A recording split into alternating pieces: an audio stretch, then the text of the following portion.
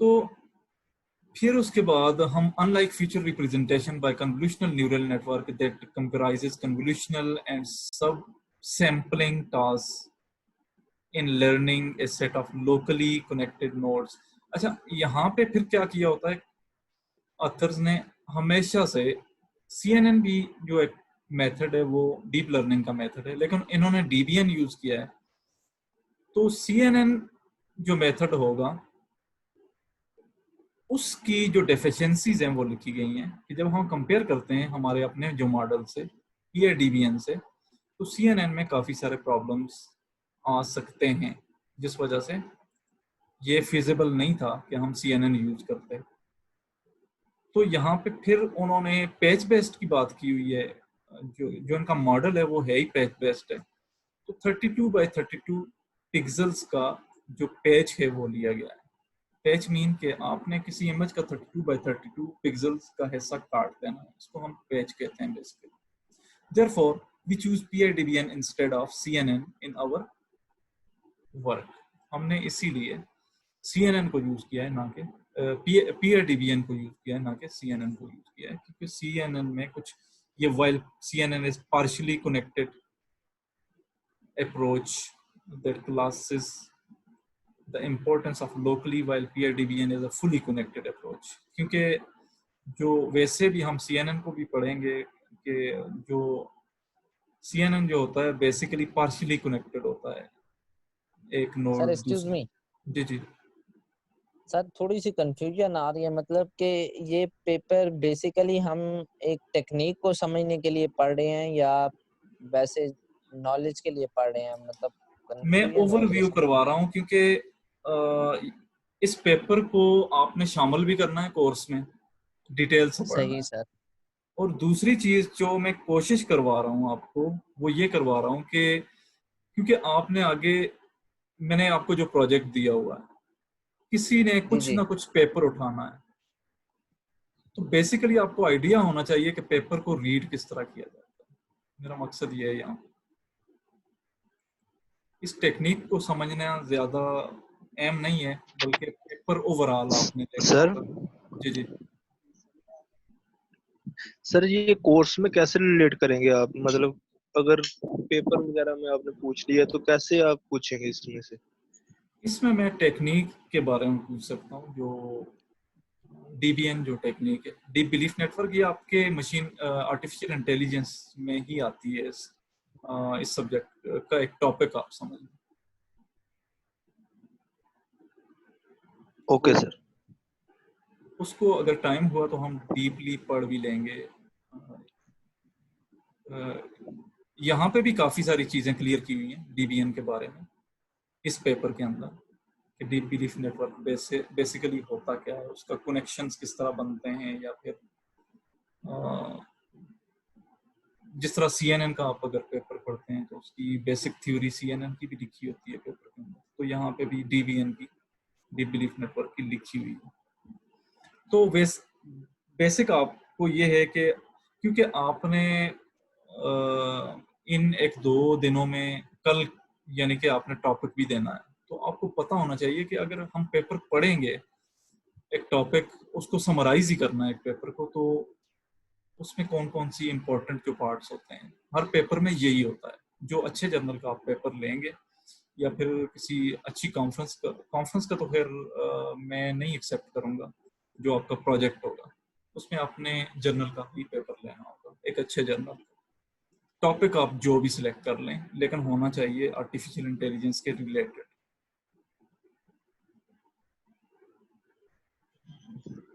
Sir जी ये journal और conference में क्या मतलब डिफरेंस है? अच्छा, बेसिकली ये एक ब्रॉड टॉपिक है कि हम कॉन्फ्रेंस और जर्नल को डिफरेंशिएट किस तरह कर सकते हैं, लेकिन बेसिक आइडिया ये होता है कि जो कॉन्फ्रेंस होती है उसमें आप आइडिया प्रेजेंट करते हो अपना, कुछ ना कुछ आइडिया दे देते हैं, आप जाके प्रेजेंट करके आ जाते हैं, वो आपका एक्सेप्ट भी हो जाता है पेपर। लेकिन ये जो अभी आप देख रहे हैं ये 17 पेजेस का पेपर है और डिटेल से लिखा हुआ है कि कौन कौन सी टेक्निक, यही पेपर ये बेसिकली मैं इस ग्रुप में हूँ, इस पेपर में भी हूँ। तो हमने जो पहला इसका जो वर्जन पब्लिश किया था वो कॉन्फ्रेंस में ही था। तो फिर कॉन्फ्रेंस को इम्प्रूव करके हमने ये जर्नल का पेपर, यानी कि एक्सपेरिमेंट्स इसमें बहुत ज़्यादा किए होते हैं। जब आप कॉन्फ्रेंस की बात करते हो उसमें इतना एक्सपेरिमेंट नहीं होता है, सरसरी सा लिखा होता है कि ये काम हम करेंगे फ्यूचर में, तो कुछ रिजल्ट्स हमारे पास ये आए हैं, हम फ्यूचर में ये काम इसको लेके आगे चलेंगे। इसमें फ़र्क ये होता है। तो कॉन्फ्रेंस का पेपर इतना रिलायबल, अच्छी कॉन्फ्रेंसेस भी हैं काफ़ी सारी, जो कि जिनको लोग प्रेफर करते हैं कि जर्नल से भी ज़्यादा प्रेफर करते हैं। जिस तरह मेडिकल इमेजिंग में एक मिकाई के नाम से एक कॉन्फ्रेंस है, वो उसमें आना पेपर बहुत मुश्किल होता है। तो वो ओरिजिनल वर्क होता है बिल्कुल, होता वो भी पेपर छोटा सा है, लेकिन इतनी डिटेल में नहीं लिखा होता, लेकिन आइडिया जो होता है वो बिल्कुल सॉलिड आइडिया होता है।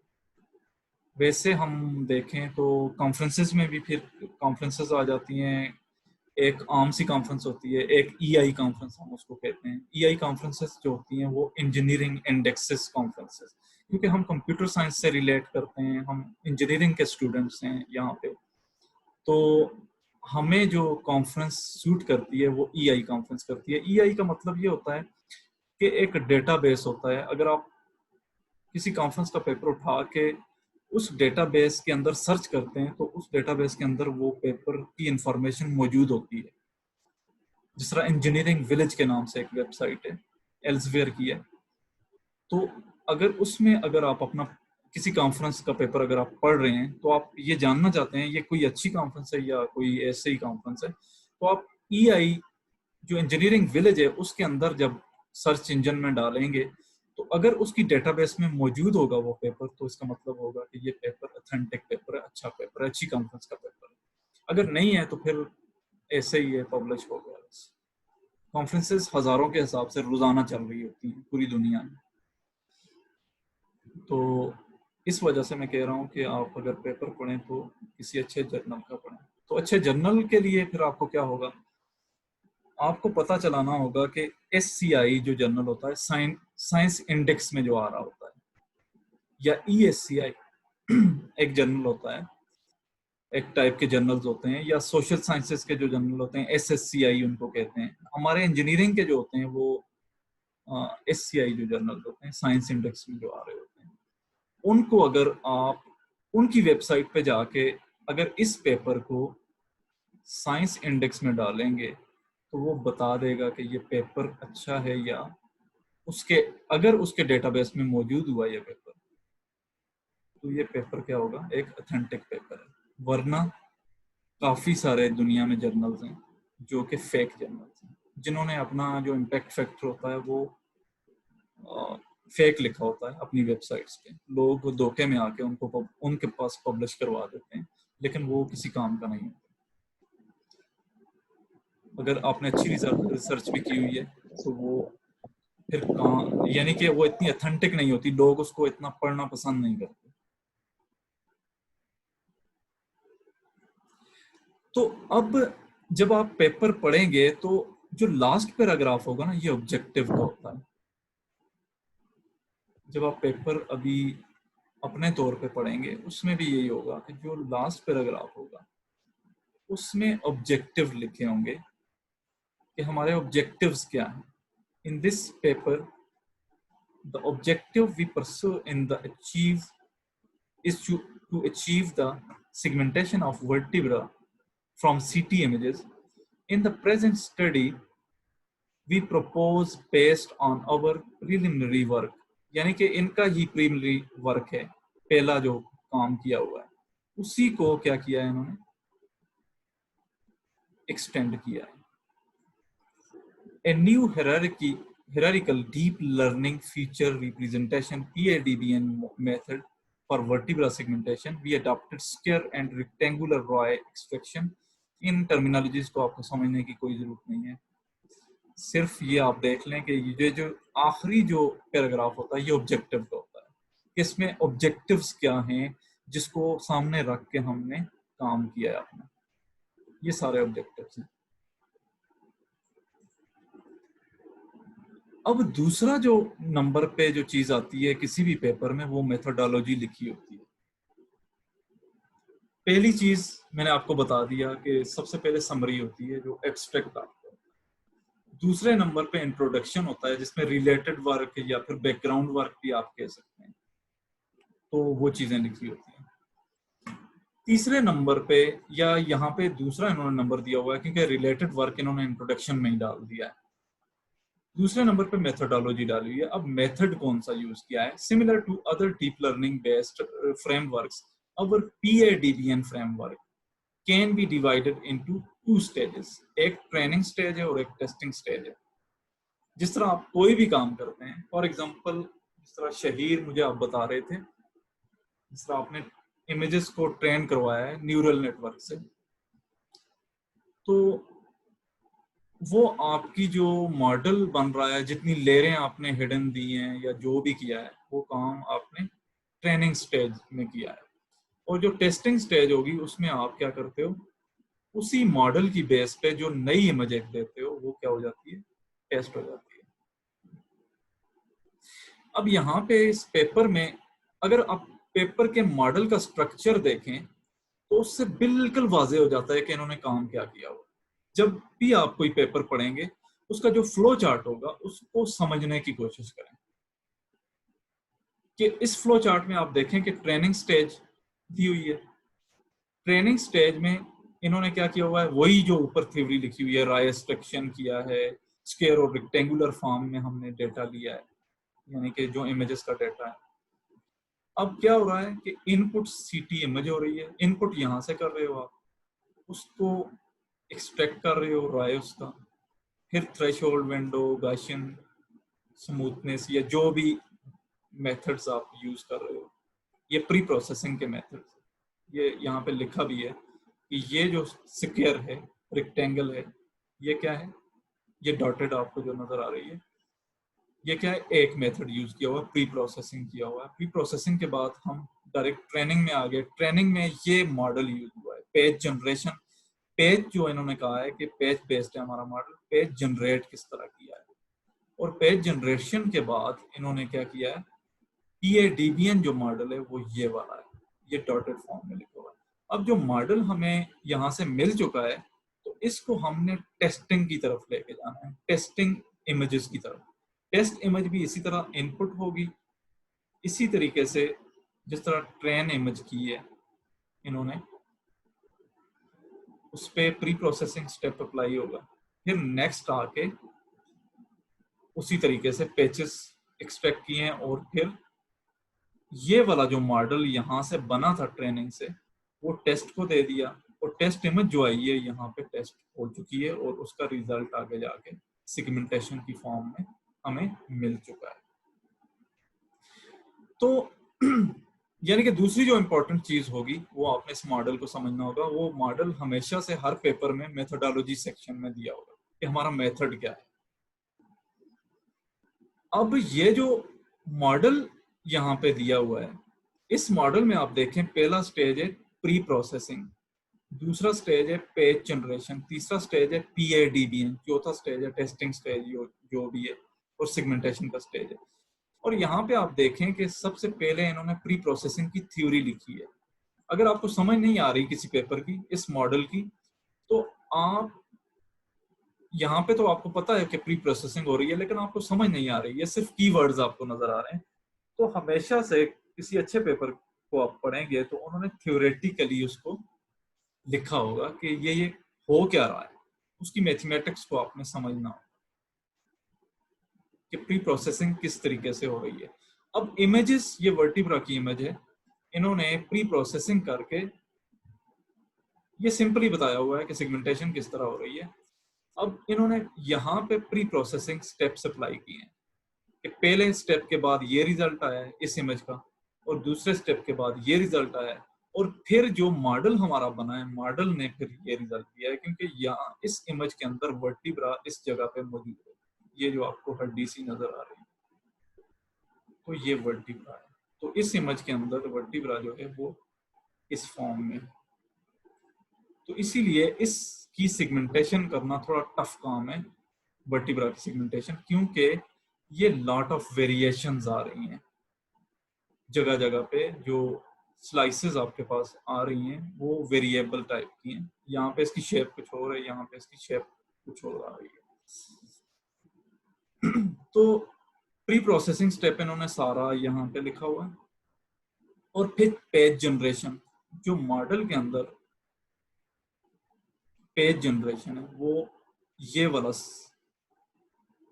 वाली जो स्क्वायर है, रेक्टेंगल है, इसके अंदर ये स्टेप्स हैं और ये सारे थ्योरेटिकली यहाँ पे लिखे हुए हैं कि पेज जनरेशन किस तरह हो रही है। यहाँ पे देख लें आप। सर जी जी सर जी इमेज में वो बता रहे हैं कि मतलब ऐसे इमेज क्लियर हो रही है, उसका रिजल्ट शो कर रही है, मतलब जी ए बी सी यानी डी। कि जो हमारी बेसिकली आप इमेज को अभी समझने की कोशिश ना करें, ये बहुत, यानी कि आपको समझने के लिए इसके लिए टाइम चाहिए और इसके लिए आपको लिटरेचर रिव्यू चाहिए। यहाँ पे आप पेपर का स्ट्रक्चर समझ लें कि पेपर किस तरीके से आप पढ़ेंगे, जब तो किस तरीके से पढ़ेंगे। जी तो सर। ये बेसिकली होता यूं ही है जिस तरह आप पूछ रहे हैं कि इमेजेस जो होती हैं वो अगर सीटी स्कैन जो मशीन होती है उससे जनरेट की होती हैं, उनको आप कंप्यूटर सिस्टम के अंदर डाल के डॉक्टर्स जो हैं वो डायरेक्टली इसका रिजल्ट निकाल लेते हैं। वर्टिब्रा है, डिस्क कोई प्रॉब्लम है, तो जो नए सिस्टम यानी कि इसी सिगमेंटेशन बेस पे जो बने होते हैं, तो अगर डिस्क का प्रॉब्लम आ रहा है किसी की, आपने देखा होगा कि रीढ़ की हड्डी में कोई प्रॉब्लम होते हैं, तो वो किस जगह पे आ रहा है उसकी एग्जैक्ट लोकेशन इस सिगमेंटेशन की वजह से आपको पता चल जाती है कि कहाँ कहाँ पे। वैसे अगर आप सीटी स्कैन को देखना चाहें तो कितने डॉक्टर भी धोखा खा जाते हैं, तो वो भी नहीं समझ सकते। लेकिन कंप्यूटर ऑटोमेटेड जो सिस्टम्स होते हैं उनका फायदा यही होता है कि डॉक्टर्स को भी फायदा दे देता है ये सारी चीजें, कि जब वो अपने सिस्टम के अंदर डालते हैं उस चीज को, उस सीटी इमेज को, पूरी 3D उनके सामने आ जाती है और सिगमेंट होके वो सारी चीज उनके सामने आती है। और जो डिस्क प्रॉब्लम्स होते हैं या जो कोई इन्फेक्शन है, बीमारी है उसके अंदर, वो भी क्लासिफाई होके सामने आ जाती है। तो इससे उनको काफी हेल्प मिलती है, यानी कि ये समझ। तो इसका स्ट्रक्चर जो PIDBN मॉडल है वो क्या है, इन्होंने यहाँ पे लिखा हुआ है page to feature vector generation conversion, यानी कि पेज से हमने फीचर वेक्टर किस तरह बनाया है। ये आपको समझने की जरूरत नहीं है, लेकिन ये कि हमें पता होना चाहिए कि ट्रेनिंग किस तरीके से चल रही है। और जो ट्रेनिंग स्कीम है वो भी यहाँ पे पूरी बताई हुई है मैथमेटिक्स इसकी, कि किस तरीके से ट्रेन हो रहा है सिस्टम। अब रिग्रेशन मॉडल एंड क्लासिफिकेशन, जो आखिरी जो हमारा स्टेप है इसमें, वो क्या है कि हम क्लासिफिकेशन कर रहे हैं। हमारा जो रिग्रेशन मॉडल है या फिर जो हमारी क्लासिफिकेशन हो रही है वो किस बेस पे हो रही है। तो यहाँ पे क्लासिफायर का नाम भी लिखा होगा, लॉजिस्टिक, जो two class logistic regression sigmoid function is used. ये जो मैथमेटिक्स लिखी हुई है ये सारी सिग्मॉइड फंक्शन की है। तो यहाँ पे जब आप भी रिव्यू करेंगे पेपर को, तो इन चीजों को आपने मद्देनजर रखना है, इन चीजों को देखना है कि स्टेप बाय स्टेप हम किस तरफ आ रहे हैं। तो अब जो लास्ट स्टेप होता है बेसिकली इस पेपर का, वो क्लासिफिकेशन का ही होता है कि किस तरीके से हमने वर्टिब्रा के पार्ट्स को और वर्टिब्रा से जो बैकग्राउंड में जो पार्ट्स हैं उनको किस तरीके से हमने क्या किया है, क्लासिफाई किया है। हमारे सिस्टम को पता होना चाहिए। और जो हमारा DBN जो मॉडल है, डीप बिलीफ नेटवर्क जो मॉडल है, वो इनपुट लेता है क्या चीज, ये पैचेस को, इमेज के पेज काटे हुए हैं, और फिर जो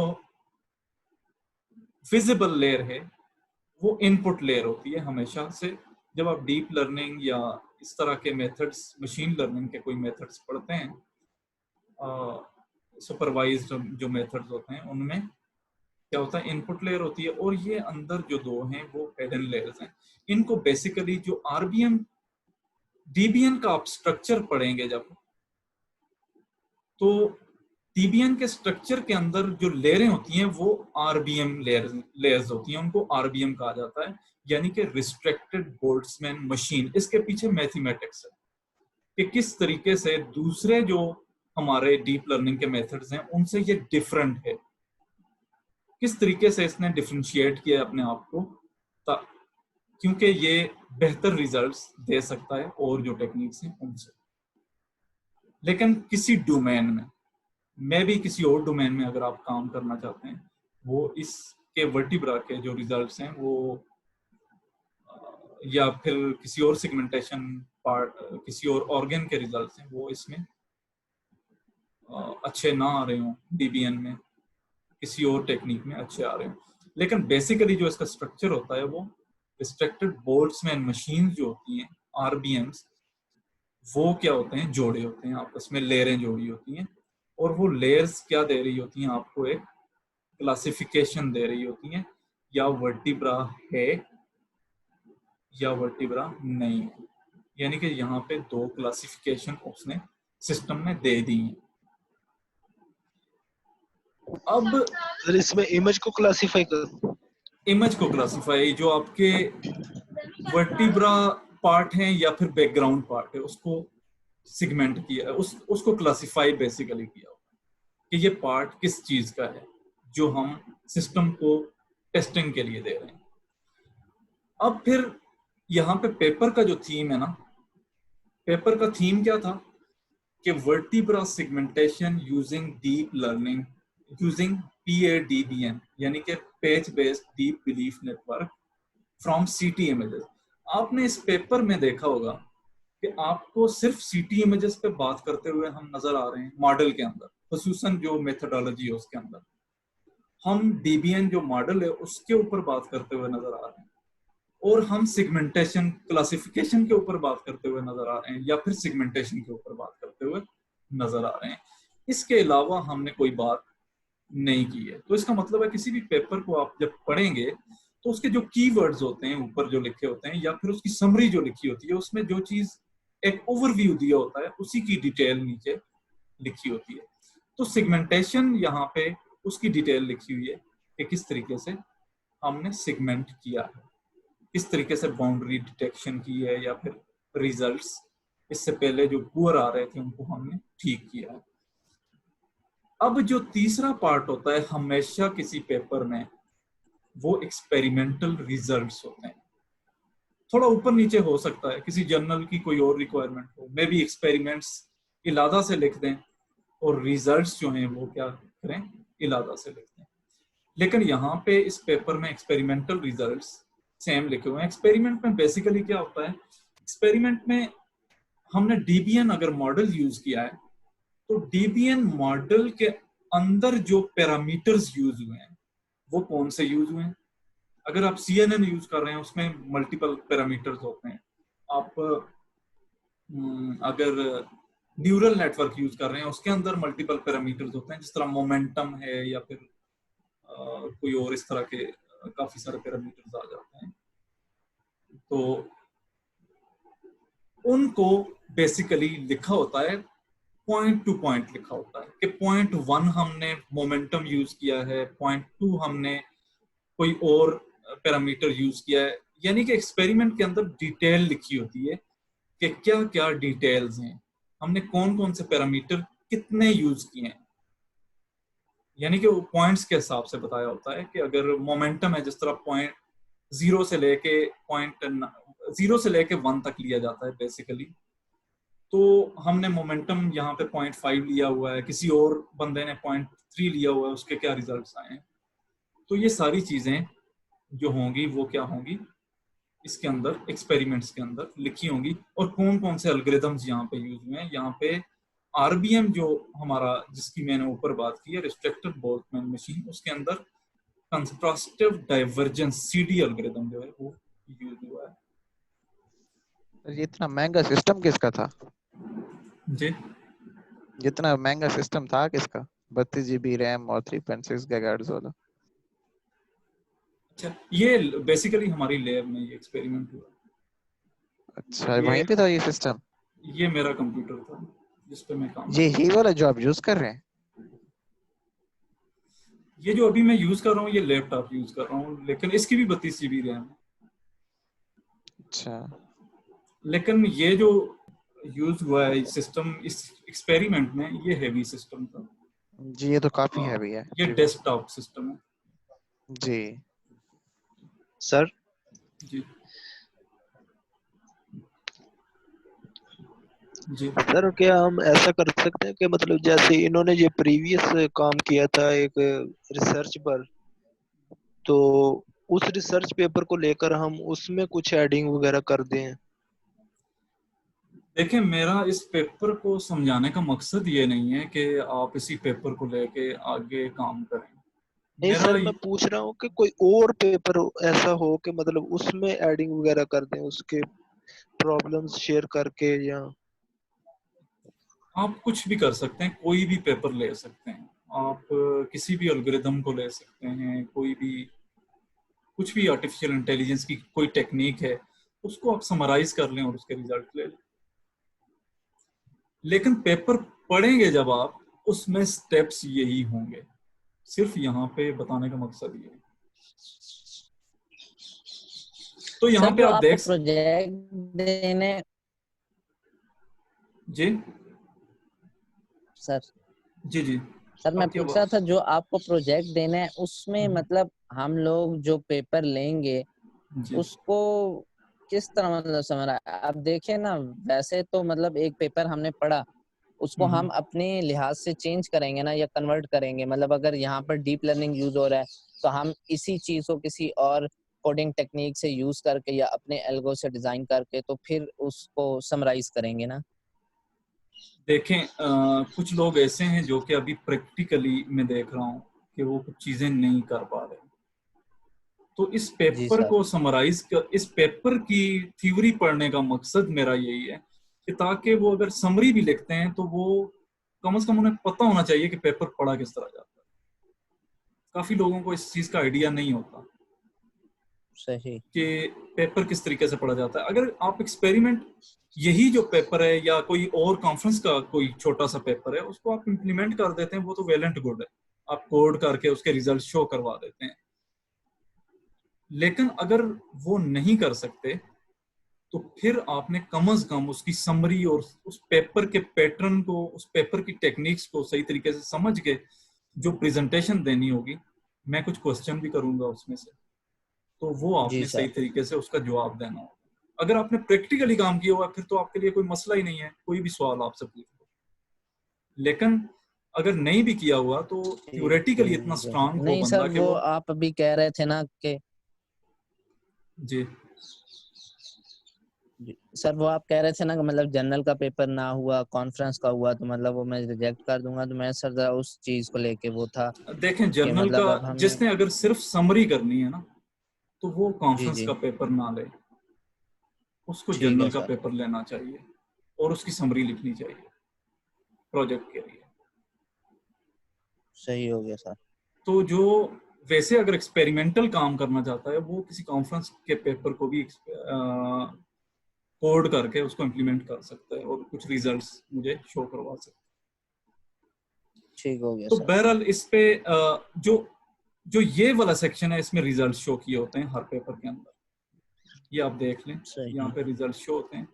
और फिर पैरामीट्रिक सेटिंग्स क्या की हुई है, ये सारी पैरामीट्रिक सेटिंग है इसकी। और फिर आपको विजुअलाइजेशन की हुई है कि किस तरीके से हमने इमेज दी है, उसके इनिशियल रिजल्ट्स ये आए हैं, फिर फाइनल रिजल्ट्स ये आए हैं। जब हमने ओवरऑल इमेज के साथ कंपेयर किया तो ये रेड वाला जो है एरिया आपको सेगमेंट किया हुआ नजर आ रहा है। तो यहाँ पे आप देख सकते हैं कि ये वाली जो इमेजेस हैं, ये दूसरा कोई डेटा सेट है उससे ली गई हैं, और ये तीसरा जो डेटा सेट है उससे ली गई हैं। और जो जिसकी मैं बात कर रहा था कि किसी भी पेपर को आप देखेंगे तो वो क्या होंगी, स्टेटिस्टिकल रिजल्ट्स जो होंगे वो शो किए होंगे। तो यहाँ पे भी यही हुआ है कि इन्होंने भी क्या किया है, ओवरऑल रिजल्ट शो किए हुए हैं कि हमारे जो रिजल्ट्स हैं वो ये आ रहे हैं। और ये हम यानी कि इसी पेपर के रिजल्ट्स हैं, इमेज 1 पे ये आए हैं, इमेज 2 पे ये आए हैं, इमेज 3 पे ये आए हैं। और ओवरऑल जो रिजल्ट्स हैं इनका मीन लिया गया है, वो ये आ रहा है। और डाइसिमिलरिटी इंडेक्स और जेएसआई, ये दो टेक्निक्स हैं जो कि स्टैटिस्टिकल टेक्निक्स हैं। वो किस तरीके से, यानी कि उनके रिजल्ट्स इन इमेजेस पे क्या हैं, डाइस के जैकेट के क्या हैं, और फिर दूसरे लोगों के साथ कंपेयर किया हुआ है। हम ये जो अवर मेथड लिखा हुआ है, ये इस पेपर का मेथड है, उसके 86.1% डाइस आया है। तो बाकी आप पेपर देख सकते हैं, उनका 84 है, किसी का 87 है। इससे अच्छे रिजल्ट्स भी हैं, लेकिन उनमें कुछ प्रॉब्लम्स होंगे जिस वजह से इस पेपर में क्लियरली बताया होगा इस डिस्कशन में कि किस वजह से हमारे इनसे थोड़े कम आए हैं, लेकिन किस तरीके से हमारा सिस्टम जो है वो एफिशिएंट हो सकता है, उनसे बेहतर हो सकता है। फॉर एग्जांपल टाइम कम्प्लेक्सिटी की बात करें या कुछ और, इसमें कुछ फैक्टर लाजमी होगा। तो अब जो लास्ट में जो लिखा होता है वो कंक्लूजन लिखा होता है। कंक्लूजन में हमेशा से किसी भी ऑथर ने क्या किया होता है, कंक्लूड किया होता है अपने काम को। ये थोड़ा सा मिलता जुलता होता है जो हमारे एब्स्ट्रैक्ट होता है उससे, लेकिन एब्स्ट्रैक्ट में फ्यूचर की बात हो रही होती है, और यहाँ पे हम जो कर चुके हैं, यहाँ पे पास्ट की बात हो रही है कि हम ये सारा कुछ ऊपर से बंदा एक पढ़ के आया है, नीचे कंक्लूजन उसने पढ़ा है। तो ये सारी चीजें आ जाती हैं और फिर ये सारे रेफरेंसेस आ जाते हैं। तो जब भी आप पेपर पढ़ेंगे तो इस टेक्निक को फॉलो करेंगे कि पहले आपके पास हमेशा से किसी भी पेपर में एब्स्ट्रैक्ट होगा, फिर उसके बाद इंट्रोडक्शन होगा, फिर उसके बाद आपके जी सर। पास मेथोडोलॉजी आएगी, और फिर रिजल्ट्स एंड डिस्कशंस आएंगे, एक्सपेरिमेंटल रिजल्ट्स एंड डिस्कशन, और फिर कंक्लूजन आता है। तो अभी से आप जो है वो कोई पेपर आप सिलेक्ट कर लें, फिर मुझे कल की क्लास में आपने बताना सर है। अब जी, समरी का भी थोड़ा सा बता दें, मतलब कितनी की समरी होनी चाहिए इसमें? अच्छा, समरी जो आपकी होगी ना वो बेसिकली 2.5 से 3 पेजेस समरी होनी चाहिए। और समरी के साथ आपने पीपीटी भी बनानी है उस पेपर की। जिस तरह यहाँ पे इस पेपर के अंदर जो रिजल्ट्स आए हैं, ये पीपीटी के अंदर आप डिस्कस करेंगे इन चीजों को। थ्योरेटिकली तो आपने पढ़ा होगा, लेकिन बाकी लोगों को, ऑडियंस को आप बताएंगे कि ये रिजल्ट क्यों आए हैं, किस वजह से आए हैं, और ये विजुअलाइजेशन करके आप रिजल्ट्स इस तरह दिखा सकते हैं कि ये रिजल्ट्स आए हैं। सर इनकी जी, सिर्फ रिजल्ट शो करने हैं या इनकी मतलब बैकएंड पे कोडिंग वगैरह भी है कुछ? देखिए मैंने अभी यही चीज बताई सर थी कि अगर आप कोड कर सकते हैं तो वेल एंड गुड। वो आप किसी कॉन्फ्रेंस का पेपर, छोटा सा पेपर लेके उसका कोड करके आप उसके रिजल्ट्स भी शो करवा सकते हैं, और उसकी समरी भी जाहिर बात है आपने लिखनी होगी, और फिर आपने पीपीटी भी बनानी होगी। तो अगर आप एक जर्नल का पेपर लेके उसको करते हैं, अगर आप कोड नहीं भी कर सकते, लेकिन समराइज ठीक तरीके से होना चाहिए आपको। फुल उस पे, यानी कि थ्योरेटिकली आपको पता होना चाहिए कि इस पेपर के अंदर काम क्या हो रहा है, और रिजल्ट्स आए हैं तो रिजल्ट्स किस बेस पे आए हैं, और कौन सी स्टैटिस्टिकल टेक्निक इसमें यूज हुई है। तो जो यूज हुई है स्टैटिस्टिकल टेक्निक, उसकी मैथमेटिक्स का आपको पता होना चाहिए, उसकी स्टैटिस्टिक का आपको पता होना चाहिए। तो मैं ये चाहता हूँ इस तरह का आप काम करेंगे। ओके सर, ठीक है सर, थैंक यू। सही। तो अभी क्लास का टाइम भी ओवर हो रहा है, तो देख लेते हैं अटेंडेंस वगैरह को। सर हमने जो काम किया सिंपल, अगर उसका एब्स्ट्रैक्ट, उसकी इंट्रोडक्शन, और उसमें जो टेक्निक यूज हो रही है, और एट द एंड उसकी रिजल्ट और कंक्लूजन बना के तो वो प्रेजेंट कर, वो भी प्रेजेंट आप कर सकते हैं, लेकिन समरी लिखने का थोड़ा सा आप मेथड भी ऑनलाइन भी सर्च करें कि समरी किस तरह लिखी जाती है। बेसिकली समरी में आप ये चीजें नहीं लिखेंगे, इंट्रोडक्शन अलादा लिखेंगे और फिर रिजल्ट्स आप अलादा लिखेंगे। समरी का मतलब ये होता है कि ओवरऑल